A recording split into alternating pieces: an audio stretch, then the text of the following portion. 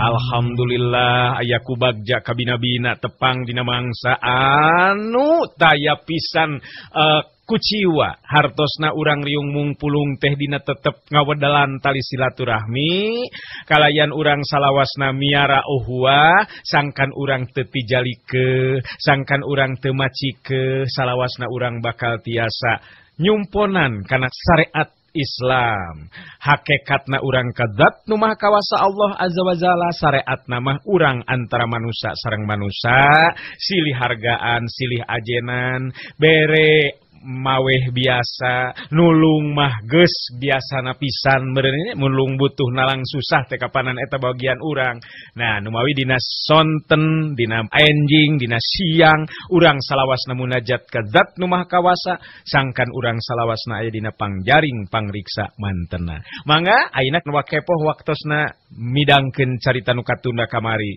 neraskeun si Rawing Kiwari. Der, Rawing, urang teraskeun deui kumaha ieu? Trung.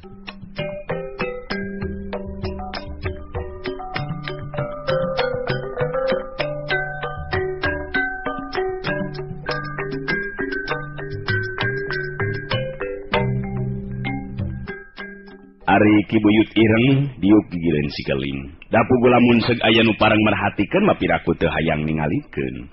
Dua jalma nu sarua pakulitanana hideung kelingan bedana teh nu saurang maki-aki nu saurang deui mah budak rumaja lalaki. Keling.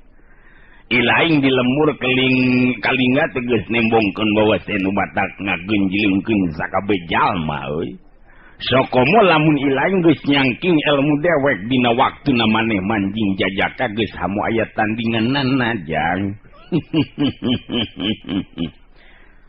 Nu mata kuing mah yang gerapangi jeung Bapa Wing euy kitu taki euy. Sabab Wing hayang gera ningali euy. Buktina saha nu leuwih jago maneh sawa Bapa Wing. Kitu taki euy. Teu nu leumpang ngadiekeun ki euy. Katanyona kuing mah nya jelema ki. Si Keling nunjuk ku curugna ka jalan anu tadi sorang atawa anu tadi ka sorang teh kumanehna duaan. Memang nya katingali rentang-rentang jauh keneh nu anu keur leumpang teh aya katinya katingali. Ki Buyut ireng seuri bari ngaredet ka si Keling terus nyarita. Coba perhatikeun ku laing jang, teguhan jeung dewek euy. Anu leumpang eta jauh keneh teh awewe atawa lalaki ngora keneh atawa geus kolot. Sok, pawas-awas panon si Keling.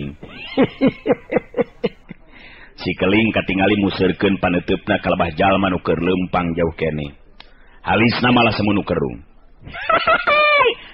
Kelaki euy, jauh keneh euy jadi teu jelas katingalina ki euy. Maneh mah rupa-rupa bae euy ki jeung teguhan sagala rupa. Penting deuleu Keling. Sabab kaseuketan panon lamun geus kalati sanajan di tempat nu poek bisa nenjau. Nya kitu di sanajan dina jarak nu masih kene jauh tinang tu bakal bisa awas. Cik asok teguh. Sok teguh ku ilaing, Keling.